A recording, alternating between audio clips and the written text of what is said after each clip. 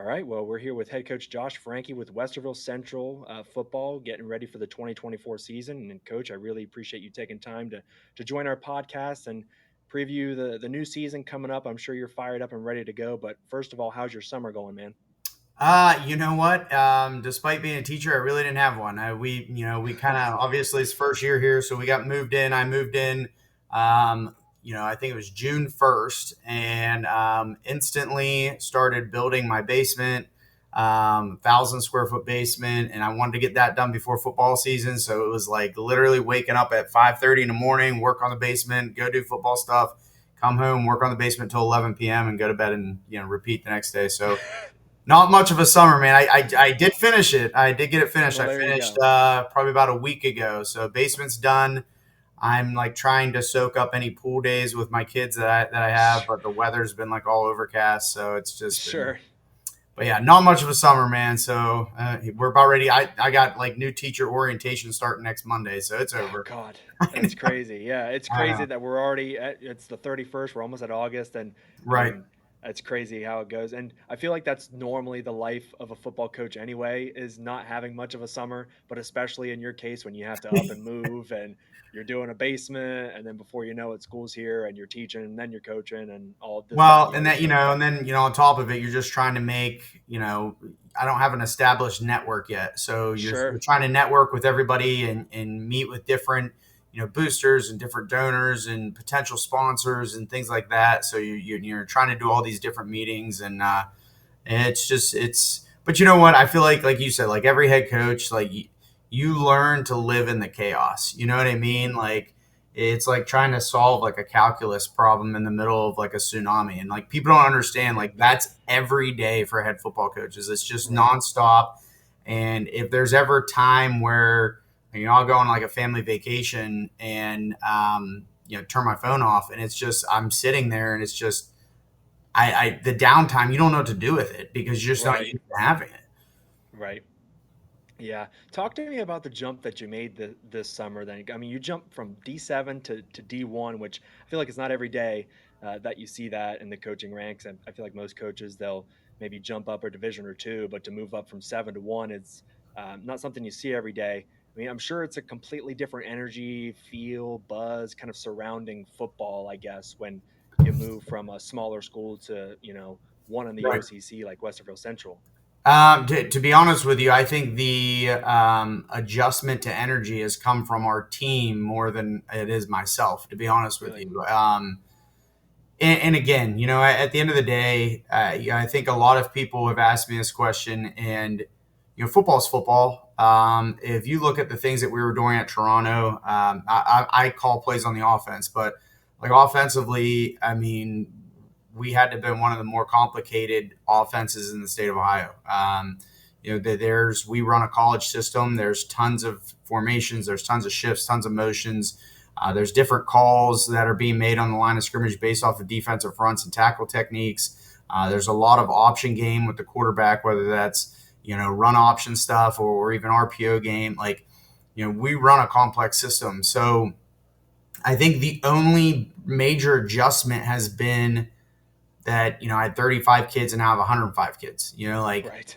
But at the end of the day, it's it's still just football. You're still coaching football, and I think when I interviewed here at Central, and I think one of the reasons they decided to go with me as the guy was because of the energy that I'm able to bring, and because they already saw that like, hey, look, this guy's already operating and doing all of the things that we want our program to be like at the Division 1 level. So um, I think one of the constant reminders I've had to tell myself is like, don't change what got you here.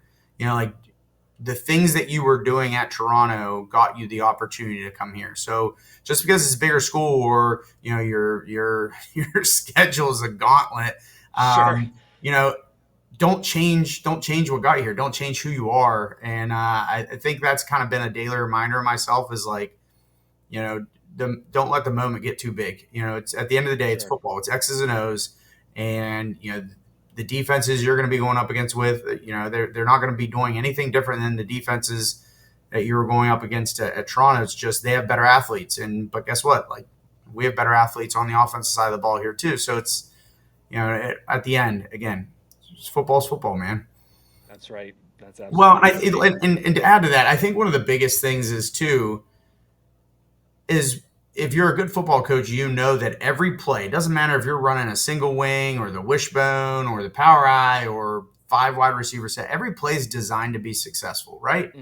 And it doesn't matter what level you're at, that it's designed to be successful at. It could be the youth league level or the NFL. Like every play is designed to potentially be a touchdown.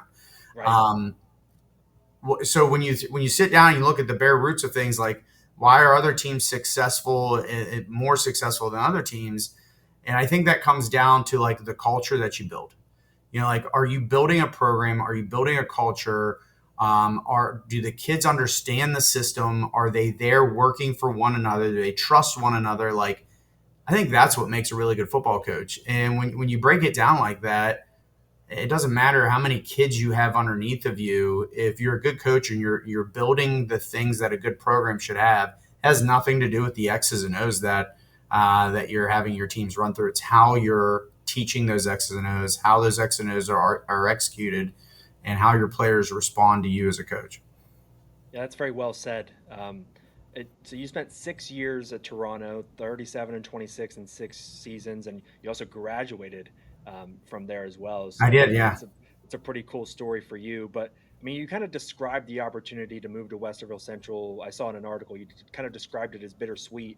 It's the opportunity to go against the best players in one of the best leagues in Ohio in the OCC. Like you said, that schedule's a gauntlet. But then you're also leaving your alma mater at the same time in a place that's home for you. I mean, tell me about the emotions you felt when this opportunity came up and you maybe had a good sense that you were going to land this Westerville Central job. It was difficult. I think one of the biggest things and that people don't really understand is like, I didn't go looking for this job. I didn't go looking for an opportunity to leave Toronto. I mean, if you look at some of the players that Toronto has coming back, I mean, they have 4 or 5 kids that have Division 1 offers, and I mean, 35 team roster. Like they're going to be pretty good. And like you said, it's my alma mater. I graduated from there, so my parents lived one house down from me, and I got 2 little girls, so it was easy for them to be able to watch them. They were constantly over their grandparents' house, and um, when I got the call, it was, early November. I got the call and was like, hey, I just heard that Central's coach resigned. I spoke with the athletic director. He'd like to have a conversation with you. Are you open to it? You're not going to say no to a conversation, right? Sure, of course.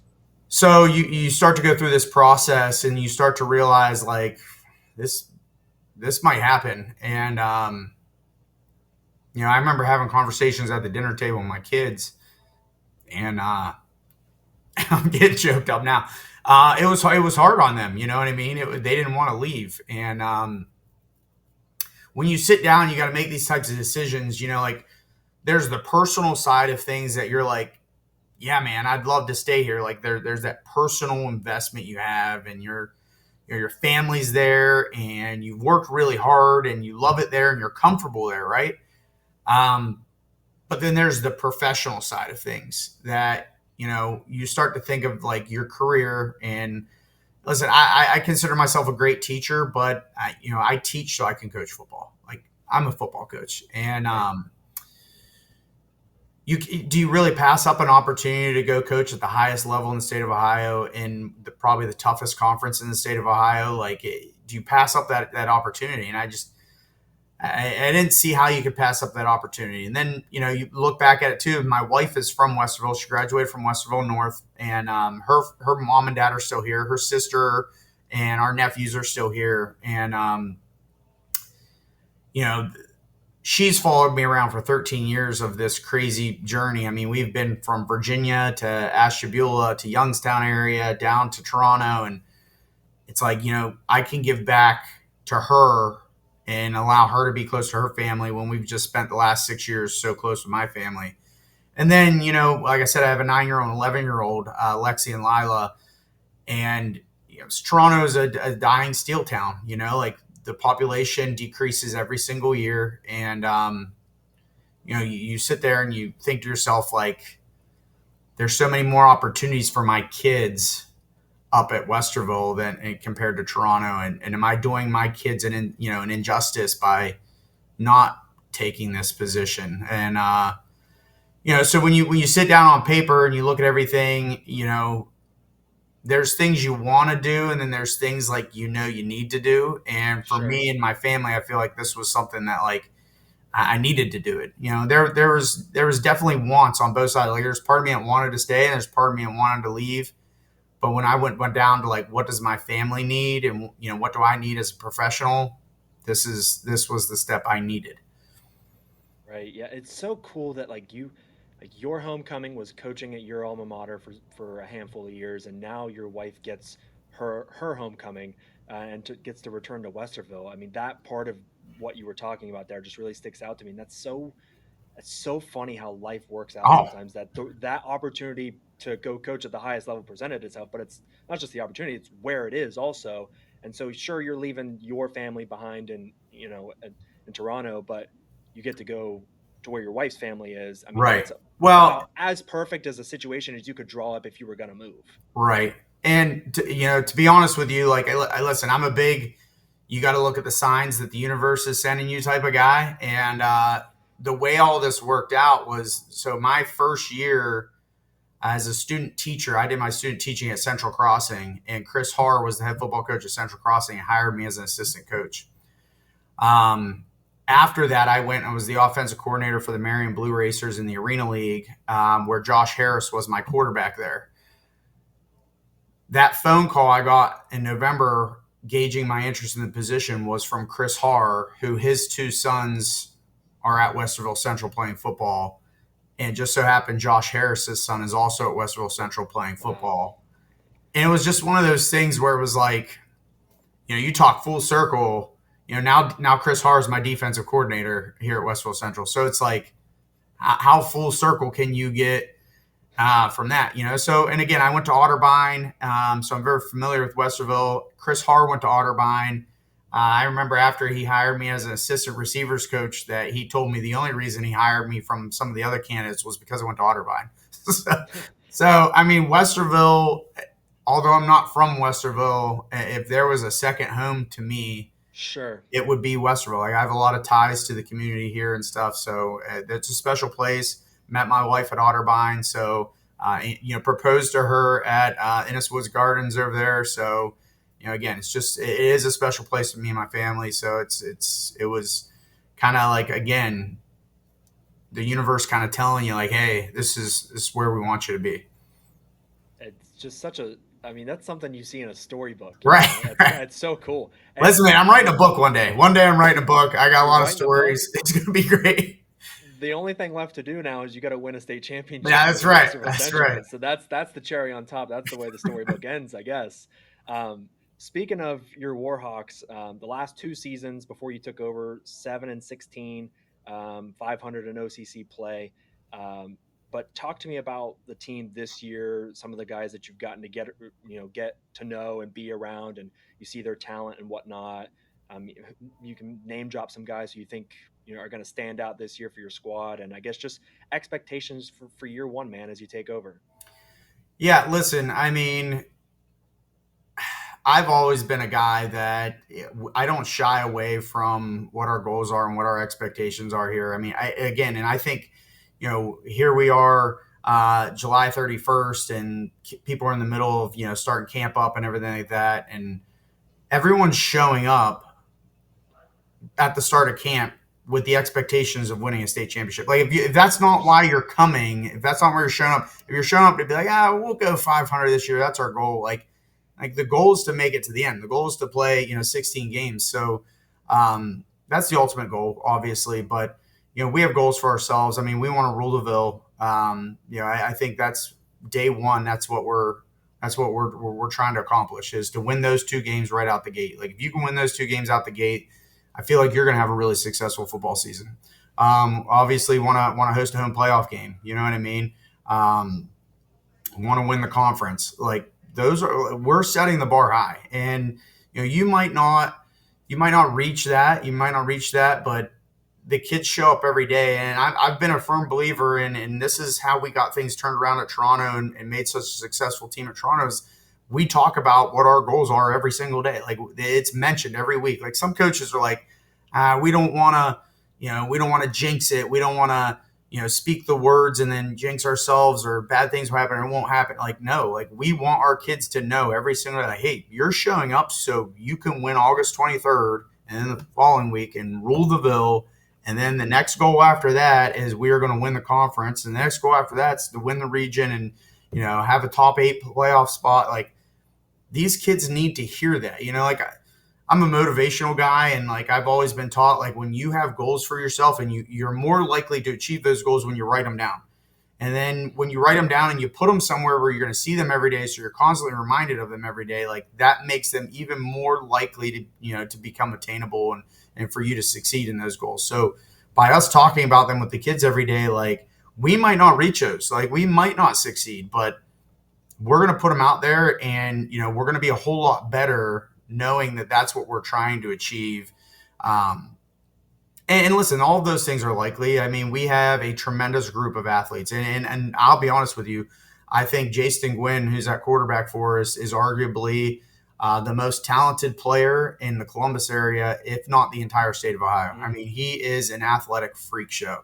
um, there's multiple schools that are interested in playing quarterback, but there's multiple schools that want to see him play DB, that want to see him play receiver, that and I mean, let's put that in perspective. Let's think about that. It's hard enough to go Division 1 in one at one position, but to Yeah. be able to say you're good enough to play 3 or 4 positions, I mean, think about how good of an athlete you have to be for that to be Yeah. the case. So I think the offense is going to be centered around him. As he goes, we'll go. The better decisions he makes, the more successful we'll have as a team.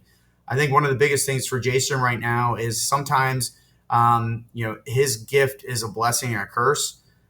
His athleticism gets us out of a lot of tricky stuff and creates nothing out of or something out of nothing a lot of the times. But sometimes he wants to lean on himself more than his teammates, and he wants to do it himself. He wants to shoulder all of that, and we're trying to work through, like, hey man, it takes 11 guys to win a football game on the offensive side of the ball, like, and all 11 got need to be included and be involved. It can't just be you.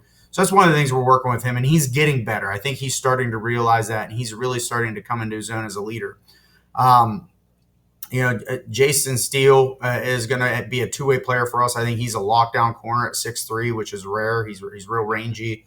I think he's going to go play Division 1 cornerback somewhere, but he's also going to see time at the receiver position.